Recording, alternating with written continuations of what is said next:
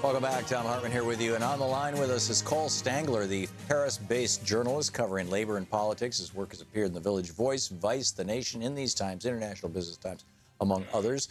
ColeStangler.com is his website. You can tweet him at Cole Stangler, C-O-L-E-S-T-A-N-G-L-E-R.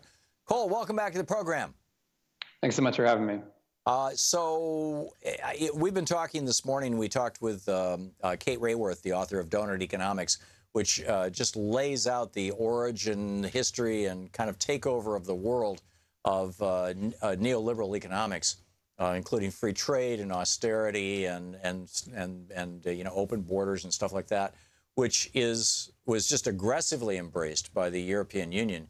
And it looks to me from over here increasingly like frankly, I would defend the statement that Trump won the election in the United States. I realize he lost by 3 million votes, but he won the election in the United States by repudiating neoliberalism, by saying no to free trade as the largest piece of that. And that Le Pen in France is also repudiating neoliberalism, whereas Macron is defending it. How is that working out over there? And what do you think of my analysis? Yeah, I mean, I agree to some extent that Marine Le Pen and the National Front, this used to be a very fringe party. Her father, Jean-Marie Le Pen, started it in the 70s. It was this very fringe far-right party. Right, just like Donald Trump used to be a very fringe character. Well, I mean, and part of the success that they've had in recent years is precisely by trying to move away from these, this really radical discourse of the past and trying to become more mainstream, more precisely talking about economics and embracing this, what we would call an economically populist narrative, which means railing against the French state for embracing the European Union, railing against governments for not doing enough to protect French workers, trying to uphold, the causes of these deindustrialized parts of France, which are not dramatically different from the Rust Belt. So there's been this shift in the National Front's political strategy. And I think what we're seeing right now with Le Pen's success, I think it's impossible to separate those two factors. That's the thing that's changed with the National Front, and that's how they're seeing success. And it's worth repeating as well. Right now, the two candidates are Marine Le Pen and Emmanuel Macron.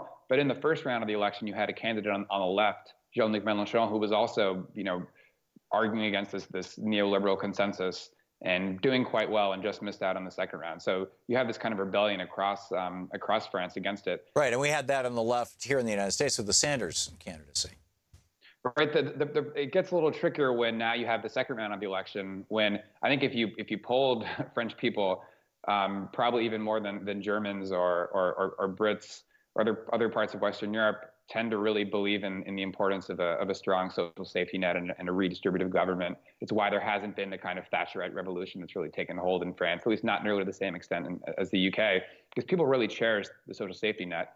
And so now you have this delicate situation where you have basically people just having to vote between Marine Le Pen, who's posing as someone who wants to defend French workers, defend the state from neoliberalism, and then Emmanuel Macron, who's someone who used to be a banker with literally the Rothschild Bank, this kind of cartoonish institution, someone who was a minister of economy, who's very much in favor of this neoliberal vision. I don't think that people are quite willing to vote for Marine Le Pen right now, and polls certainly don't show that. But that kind of explains why this election is so complicated, because it's a really difficult choice that people are making, and people are not too enthused with it either. Yeah. It seems for future elections, and I think just like this election of Donald Trump in the United States has set up for future elections. Here in the U.S., I'd say that the probability of an Elizabeth Warren type candidate becoming president in 2020 has exponentially increased as a consequence, number one, of Trump's embrace of neo-fascism, and number two, of his rejection of neoliberalism. And what's the alternative? The alternative is going back to the classic Keynesian economics, going back to the New Deal and the Great Society kind of stuff. Would the same thing not be true in France? That also, even though Le Pen may not win, if she doesn't win, in large part, it'll be because of the history of racism and fascism and Nazi Holocaust denial and everything that her father had embraced. That was the essence of the National Front Party. And no matter how much they tried to change their spots, people didn't fully buy that. But that space that she has stepped into of, I'm the anti-neoliberal, I'm the one who's going to save the country by bringing us back together and taking us out of the Eurozone, that space is going to continue to exist, and I would predict expand, particularly given that these neoliberal policies that the Eurozone operates under, that don't allow countries to use monetary policy to expand because they're all on the euro, so it's all regulated out of Brussels, and don't allow companies to use, countries to use fiscal policies to expand because they can't deficit spend any longer. That those things are going to that's going to continue to fester and get larger. Do you not think? So what a lot of people are saying here, just a couple of weeks ago after the first round of the vote on Sunday, there was this kind of image that got a lot of attention. That was, people were protesting, and there was some graffiti, and the graffiti basically said Macron 2017 equals Le Pen 2022, which is in 5 years from now. The idea being basically Macron is projected, or people at least think he's going to carry out the same sorts of economic policies that are increasingly drawing people to the National Front. And the argument is basically, if you continue to cut social programs, if you continue to be hostile towards the idea of public investment across Europe, you're going to hurt working people, and you're going to hurt the same kind of people that are voting for the National Front in increasing numbers. And just to give you an idea of even how much the dynamics have shifted. And just to be clear, I don't think Le Pen will get elected this time. The polls don't show that. There's a pretty comfortable lead for Macron, about 60%, 40%. Nevertheless, if we compare what's happened this year, 2017, to what happened the last time a Le Pen made it into the second round, which was in 2002, back then there was revulsion across the political spectrum. You had mass protests across the country. France has the benefit of having May Day, International Workers' Day. May 1st fall between the first and second rounds. So in 2002, there was mass protests on May Day. It was kind of against that the National Front, against the National Front. The idea was it's unacceptable to even have someone with a Le Pen name in the second round. This is a national It's like David Duke running. Yeah, exactly. So there's revulsion. You compare that to this time around, and it's not the same reaction at all. I was at the protest on May Day, May 1st, and there was a sense that people don't like either of these candidates. People can't even bring themselves to say the word vote for Macron. It's just, we're stopping Le Pen, but people can't even say vote for Macron. And then another big difference, 2002, Jacques Chirac, then president, refused to even debate Marine Le Pen's father on national TV because he didn't want to legitimize hate. Whereas just last night, Emmanuel Macron, and I think it was a wise decision, he recognized that they have legitimacy, had to even debate Marine Le Pen. So it really shows you how the goalposts have shifted. And if things continue, we could see something worse happen in 2022 even. Or isn't it even possible that you might see something better? I mean, to the extent that Le Pen and Mélenchon, Le Pen from the right, Mélenchon from the left, are both rejecting neoliberalism, and that seems to be the core of the problem in France right now, that you could just as easily say, elect Macron right now, and what you're going to get in 2020 is going to be Mélenchon. Exactly. I mean, that's the other argument that people are making here. Either way, really polarized situation, and very unstable as well. Mélenchon certainly capitalized. His discourse really resonated in the campaign, and there's resonated with young people, resonated with working class, with immigrants.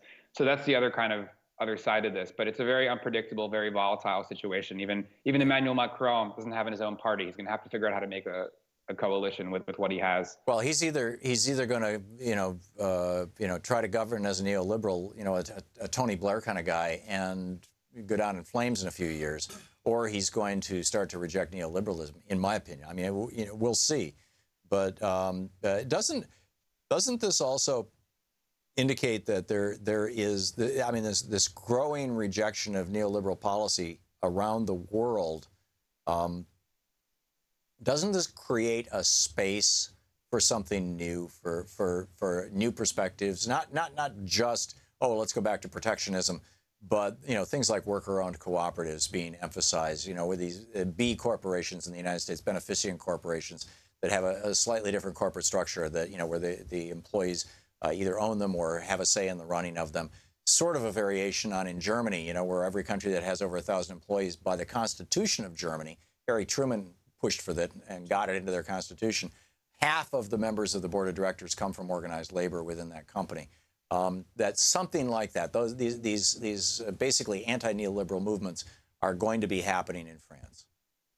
Well, that's certainly, like, again, what the Mélenchon campaign was all about in a lot of respects. You know, they're calling for they were calling for massive public investment, you know, in green jobs, green energy, trying to transition away from nuclear. France is heavily relying on nuclear. They were talking about giving workers the right to reject different kinds of job cuts, giving power to unions basically to authorize, you know, to block those kind of things from happening. People are talking about a universal basic income. People are talking about working less, making the work week 32 hours. So you are seeing these other ideas. And right now, it should be clear the work week's 35 hours in France. Officially, it's a little bit more than that in practice. But you are seeing these kind of other ideas that are bubbling around on the left, that are bubbling around in a more progressive way. You just have to. The question is, will those triumph versus the ones on the right that we're seeing, the really kind of toxic, xenophobic discourse that we're seeing from people like Le Pen or the AfD party in Germany. And the next 5 years will be really interesting in France. It's a very volatile situation. It could be a race to see who replaces Macron in the end. Yeah, and in the United States, I see so many parallels, and frankly in the UK too. Although you know, Theresa May is you know, it's bizarre. She like has one foot in the neoliberal world, at least with regard to the UK, you know, advocating austerity, and yet you know, 1 foot in the anti-neoliberal world by supporting Brexit, which she basically had no choice. So it's just a fascinating time to be alive. Cole Stangler, one of the best in the business, Paris-based journalist covering labor and politics. ColeStangler.com, the website. You can tweet him at Cole Stangler. Cole, thanks so much for dropping by today. Thank you. Great talking with you.